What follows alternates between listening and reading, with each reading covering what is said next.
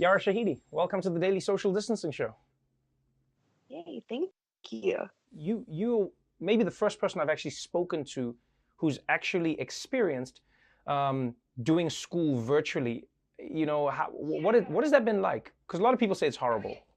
Right, I'm pretty grateful because I was able to come home to a place where I was like, I have my Wi-Fi connection, I have a family that's feeding me and such, and so it was pretty good. And I've also done distance learning in the past for high school while I was working full time, and so I've gotten used to that schedule. So I think I had less of a transition than most, just because I was used to the format. But it is pretty rigorous, and I have so many friends in school right now, and it's been a rough transition to say the least because many schools don't know really how to transition and fully support the students with the work that they were already doing. You're one of those people who genuinely actually loves school and going to school and learning at school, and like this is a real thing.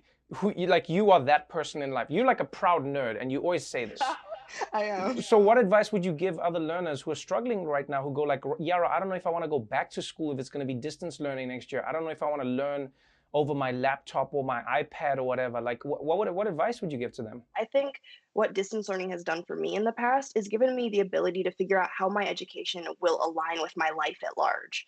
And so doing distance learning, it really had I used it as an opportunity to figure out like what are my other passions, what are my other interests, and how will I incorporate that into my life? No longer being in a brick and mortar school for high school, I was able to figure out like, okay, if I'm working 15 hours a day, this is what my education looks like. And this is how I get to shift it to what I want. And so if anything, I think it's about finding ways in which you can really personalize your education and use that opportunity to say, like, I'm making this experience unabashedly mine.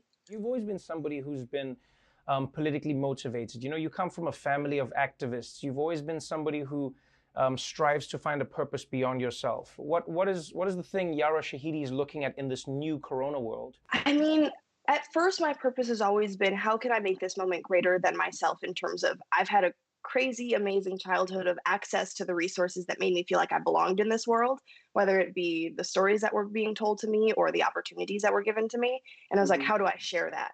And I think under this new world, I think it's about really, I've been so big picture. It's been about kind of going reverse and what's the smallest picture? What's the smallest action that is tangible that can help somebody? And so I think right now, even looking at the situation that we're talking about with students, it was like, what's the smallest action that can be done right now to just make the lives of students easier? And so it's been a mix of like, okay, what resources can be provided? And then in terms of Grownish and as well as the media that we're making, what stories need to be told?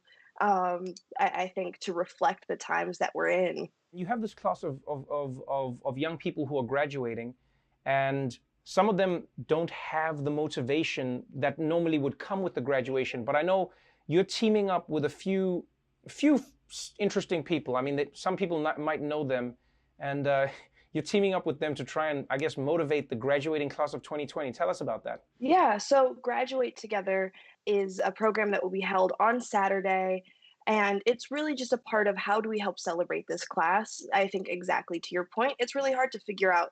You've been on a 12-year journey for all these high schoolers graduating right now and haven't been able to have that kind of ceremony that reflects the hard work that goes into it. And I think, given the socio-political state that we were in prior to this pandemic, school life and our life had already been made more complicated and difficult trying to manage what was happening in the world. And so I think this seems to be yet another thing that overly complicates one's ability to be like, I'm pursuing my education. I get to dive headfirst into this. And so what we're really hoping to do is as much as possible reinstate that kind of ceremony and celebration. And what I love is that everyone, the couple people that I'm doing it with, from LeBron to Mr. Obama and everybody else, is really about how do we reinstate that kind of celebratory magic and also just shine a light on all the work that's gone into it. And so it's a really cool ceremony that's mixing in uh, highlighting amazing things that students have accomplished this year to just being in conversation and trying to reinstate what you get from an actual graduation ceremony.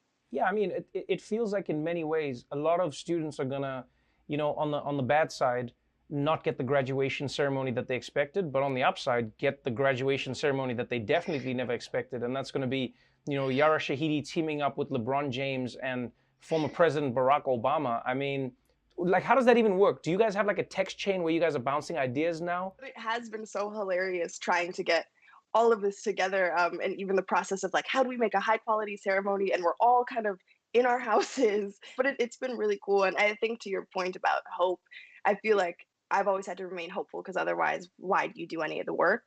And you have to believe in some sense of future to feel like what I'm investing in right now is so much greater than myself that it doesn't matter how I feel about the world because I'm investing in how my brother's going to feel about the world and what they inherit. And so I think graduate together along with everything else that's been happening to really come and hug all the graduates that have gone through this experience has really been about like, how do we just say a lot is happening right now? We're all trying to figure out how to change the world, but let's take a moment to just celebrate. That's beautiful. Life is still worth celebrating. Yara, thank you so much for being a guest on the Daily Social Distancing Show. Can't wait to see you in your tiny little address with those tiny celebrities, Barack Obama and LeBron James. Thank you for joining us. Thank you.